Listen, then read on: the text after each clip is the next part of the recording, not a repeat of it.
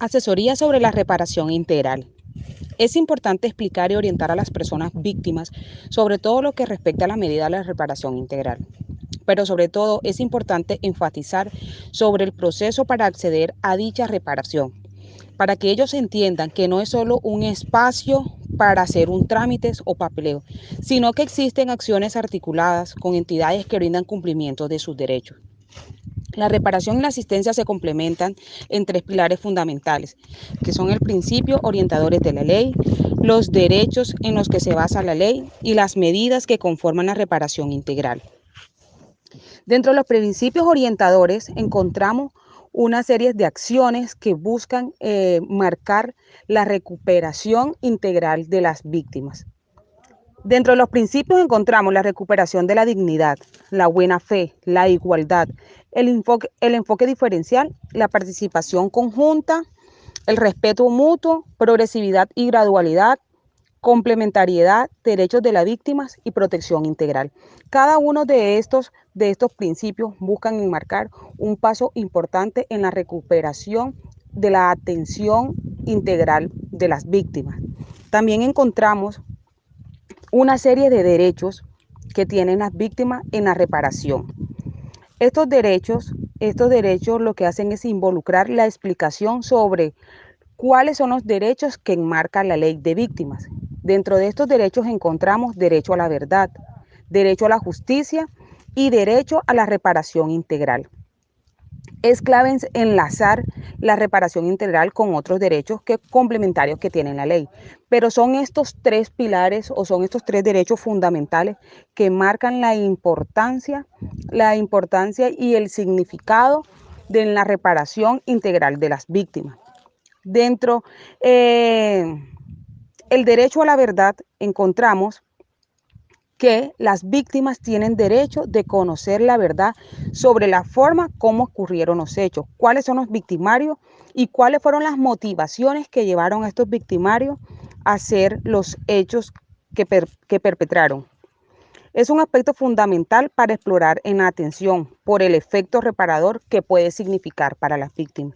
Pero también es necesario tener en cuenta que hay personas que en algunos casos no quieren saber la verdad porque esto lo que puede es ahondar más en el dolor que ellos llevan y saber cómo ocurrieron los hechos, de pronto en las desapariciones de sus familiares, en los asesinatos de sus familiares, pueden llevar a ocasionarle más dolor a las personas víctimas y esto es totalmente respetable. Es por ello que dentro de los derechos, cabe aceptar que son las víctimas quienes llevan sus procesos, mientras que los profesionales o los funcionarios son como la guía orientadora para llevar un proceso a feliz término. Derecho a la reparación. En el derecho a la reparación encontramos como primera medida la indemnización, entendiendo que esta no se hace para pagar el daño por muerte o por el sufrimiento, ya que estos daños no se podrían cuantificar. Ningún sufrimiento por violencia se puede indemnizar de manera monetaria. Con esta se busca darle a conocer a las víctimas que ellas tienen derecho a estar en mejores condiciones económicas, como lo estarían si el conflicto armado no los hubiese afectado. La rehabilitación son aquellas medidas que contribuyen a la recuperación física, moral y psicológica de la víctima. Esta medida busca su restablecimiento, lo que le implica incorporar al devenir de su historia personal la capacidad de superación y resistencia. Las medidas de rehabilitación pueden atender distintas expresiones del sufrimiento, pero todas deben estar orientadas a la reconstrucción del proyecto de vida de las víctimas. La restitución. Desde el enfoque psicosocial se debe ser consciente de que ninguna situación asociada al sufrimiento puede ser restablecida como si el daño no hubiese ocurrido. En este sentido, la medida de restitución busca que las personas integren a la memoria individual y colectiva la experiencia de la sobrevivencia, la recuperación de la seguridad, la sensación de apoyo y fraternidad. También se busca la restitución plena de los derechos vulnerados, la recuperación de la estabilidad de las familias y las comunidades y la sensación de libertad para elegir por dónde movilizarse o residir en el territorio nacional. La satisfacción. La perspectiva psicosocial en las medidas de satisfacción buscará dar reconocimiento al sufrimiento, hacer visible la afectación, sacarla de la esfera de lo privado y hacerla pública y crear mecanismos para dotar representación lo que hasta ahora había sido impedido. Las medidas de satisfacción sirven como escenarios de representación del sufrimiento que al ser representados es posible retroalimentar y designificar. En este sentido, las medidas de carácter simbólico siempre deben ser pensadas y construidas junto con las víctimas para que realmente sea su presentación la que salga a flote y no la de los funcionarios. Garantías de no repetición. Son aquellas medidas que garantizan a la víctima que los hechos que le originaron el daño no van a volver a ocurrir y que los grupos armados y el Estado aportan para que así sea. Sin embargo, se debe tener en cuenta que el conflicto armado no es solamente la aparición de la violencia, pues también juegan un papel importante los contextos de vulneración que existían antes y los imaginarios que tenían las comunidades en los cuales se legitimaban las acciones violentas o la discriminación. El enfoque psicosocial en las medidas de no repetición propende por la transformación de los imaginarios sociales que sirvieron de base para enquistar prácticas de victimización en las comunidades y en la sociedad en general.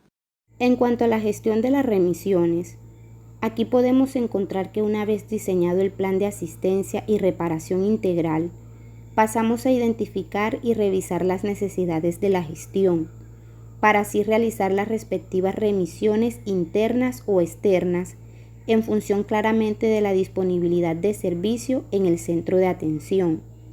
Entonces, para realizar una remisión adecuada, se debe aplicar el procedimiento definido, atendiendo a las siguientes consideraciones. Primero, lo que se pretende es poder dar respuesta y suplir las necesidades de la víctima de una manera rápida y efectiva, y que solamente no es una intención de la persona que remite, sino también de la persona que recibe. Segundo, también nos habla que el papel de la víctima es un papel activo y no pasivo, y que es importante que ellos lo entiendan, que ellos pueden gestionar y suplir sus necesidades frente a las instituciones que tienen la obligación de velar por sus derechos. Tercero, humanizar la remisión. Aquí lo que se busca es que la víctima pueda entender a dónde va a ir, cómo se llama la persona o el profesional que lo va a atender, qué hace, dónde está ubicado. La idea es darle la confianza y la tranquilidad y conectarlo emocionalmente antes de que llegue al lugar previsto y se encuentre con la persona que lo va a atender. Cuarto, una correcta remisión evita que la víctima se pierda en el proceso de los restablecimientos de sus derechos o que abandone todo el avance que lleva, ya sea porque el proceso es muy tedioso, porque no sabe quién lo va a recibir, quién lo va a ayudar, o como pasa en muchos de los casos, los mandan de un lugar a otro.